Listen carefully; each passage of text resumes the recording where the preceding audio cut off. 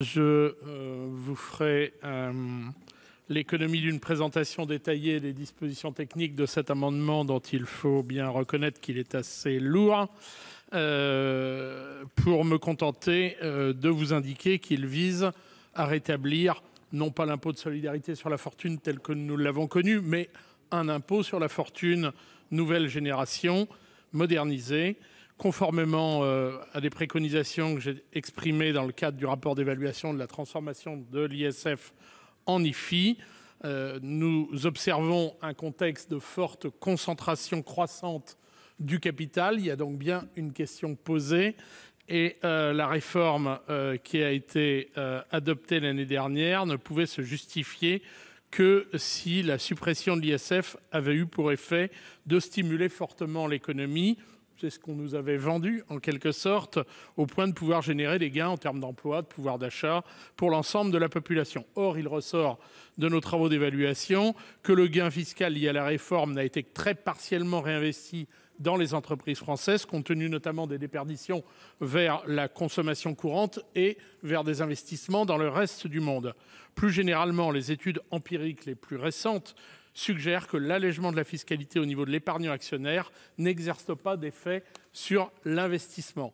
Par ailleurs, la baisse du nombre de départs de redevables de l'ISF qui a été observée en 2017, moins 256 en nombre absolu, à supposer qu'elle soit directement liée à la mise en place de l'IFI, ce qui reste à prouver, représente moins de 0,1% du total des redevables de l'impôt de solidarité sur la fortune.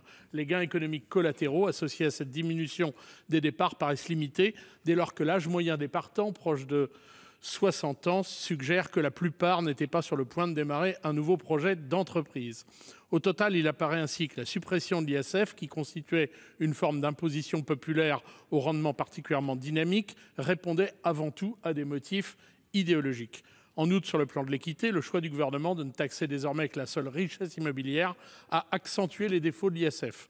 La réforme a conduit à exonérer totalement les très hauts patrimoines financiers. 18% des redevables de la dernière tranche de l'ISF ne payent pas l'IFI, alors même que de nombreux redevables de l'ISF restent assujettis à l'IFI sans pour autant disposer de revenus suffisants pour pouvoir être qualifiés de grande fortune. 20%, ce n'est pas rien, des redevables de l'IFI ont un revenu fiscal de référence inférieur à 62 000 euros.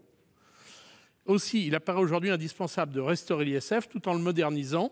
À cette fin, nous avons 3 aménagements. Un relèvement significatif du seuil d'assujettissement de 1,3 million à 1,8 million afin de sortir de l'impôt toutes les petites fortunes immobilières. Près de 40% des redevables de l'ISF seraient ainsi exonérés, 40%, pour un coût légèrement inférieur à 500 millions d'euros.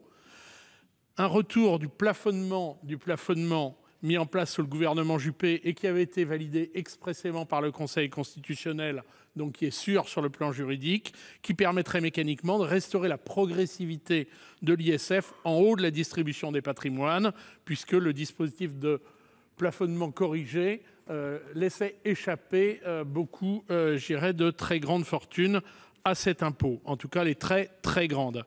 Il faut conclure, Monsieur le Président. Oui, j'en termine en indiquant que mon amendement propose également une modernisation des modalités déclaratives pour limiter les sous-déclarations.